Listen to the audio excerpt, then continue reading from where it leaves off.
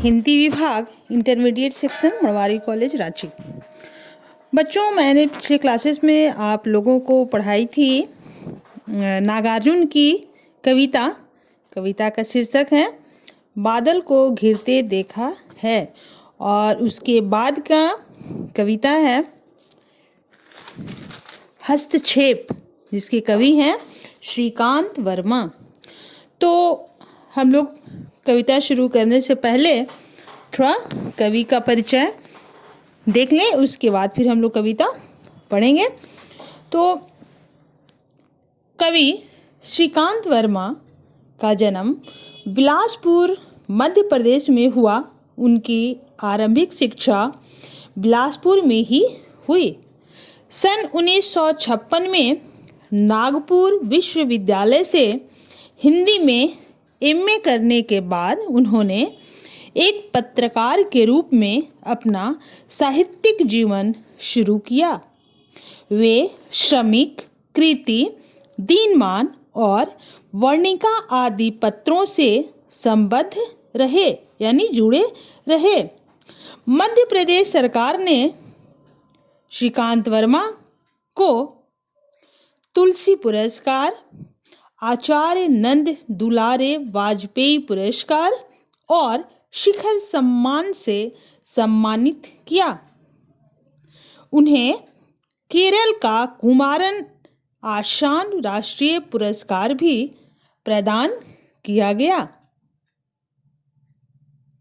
श्रीकांत वर्मा की कविताओं में समय और समाज की विसंगतियों एवं क्षोभ का स्वर प्रकट हुआ है। भटका मेघ, दीनारंभ, माया दर्पण, जल सागर और मगध उनके चर्चित काव्य संग्रह हैं। इन कविताओं से गुजरते हुए यह महसूस होता है कि कवि का अपने परिवेश और संघर्षरत मनुष्य से गहरा लगाव है। उसके आत्मगौरव और भविष्य को लेकर वे लगातार चिंतित हैं। उनमें यदि परंपरा का स्वीकार है तो उसे तोड़ने और बदलने की भी बेचैनी। शुरू में श्रीकांत वर्मा की कविताएं अपनी जमीन और ग्राम्य जीवन की गंध को अभिव्यक्त करती हैं, किंतु जलसा घर तक आते आते महानगरीय बोध का प्रक्षेपण करने लगती हैं।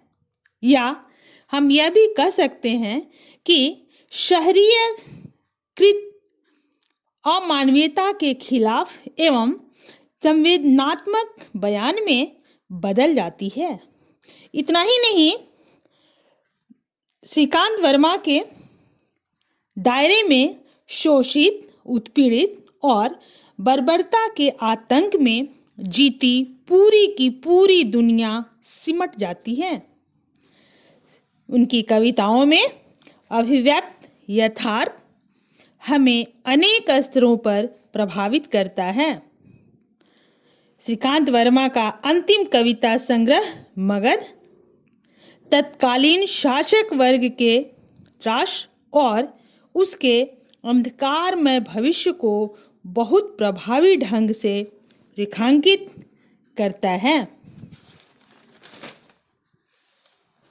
तो चले हम लोग अब कविता की ओर देखते हैं। कविता का शीर्षक है हस्तक्षेप।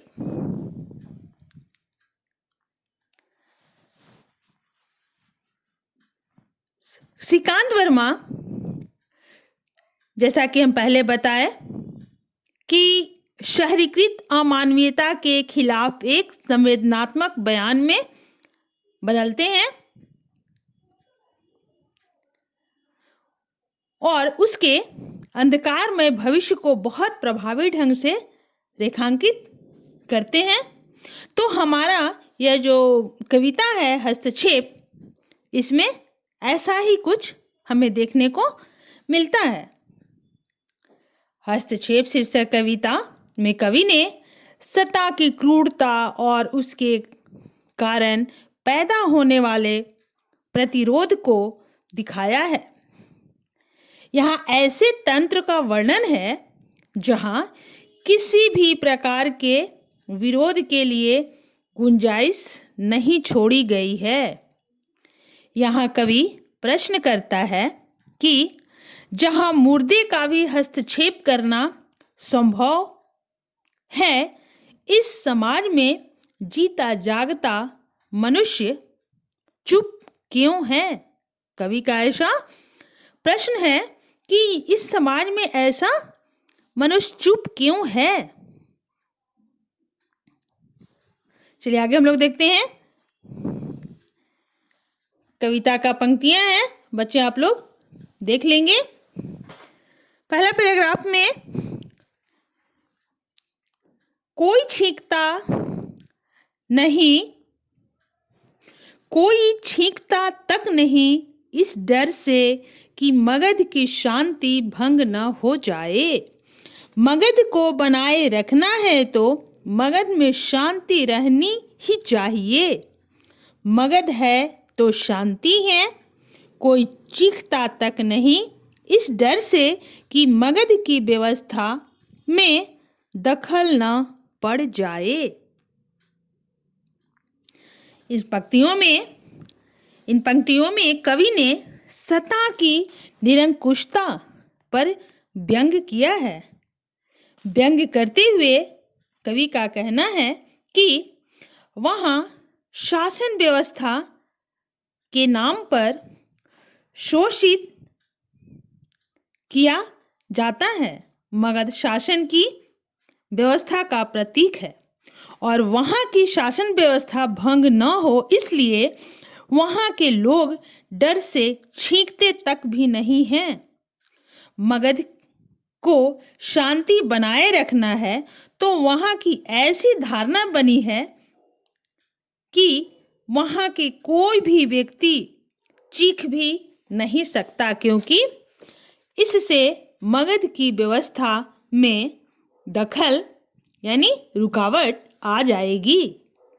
वहाँ की शासन व्यवस्थापक को कहना है कि यदि मगध को बनाए रखना है तो वहाँ शांति रहनी चाहिए।